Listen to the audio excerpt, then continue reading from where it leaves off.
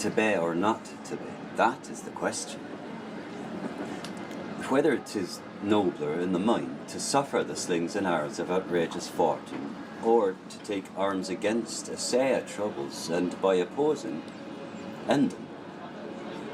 To die, to slay, no more, and by a slave to say we end the heartache and 1,000 natural shocks that flesh is heir to. 'Tis a consummation devoutly to be wished. To die, to sleep perchance to dream, aye, there's the rub. For in that sleep of death, what dreams may come when we have shuffled off this mortal coil must give us pause. There's the respect that makes calamity a so long life, for who would bear the whips and scorns of time? The oppressor's wrong, the poor man's contumely, the pangs of disprized love, the law's delay, the insolence of office, and the spurns that Pacian merit the unworthy takes when he himself might his quietus make with a bare bodkin.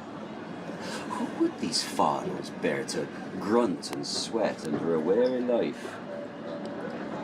But that the threat of something after death, the undiscovered country from whose bourne no traveller returns, puzzles the will, and makes us rather bear those ills we have than fly to others that we know not of.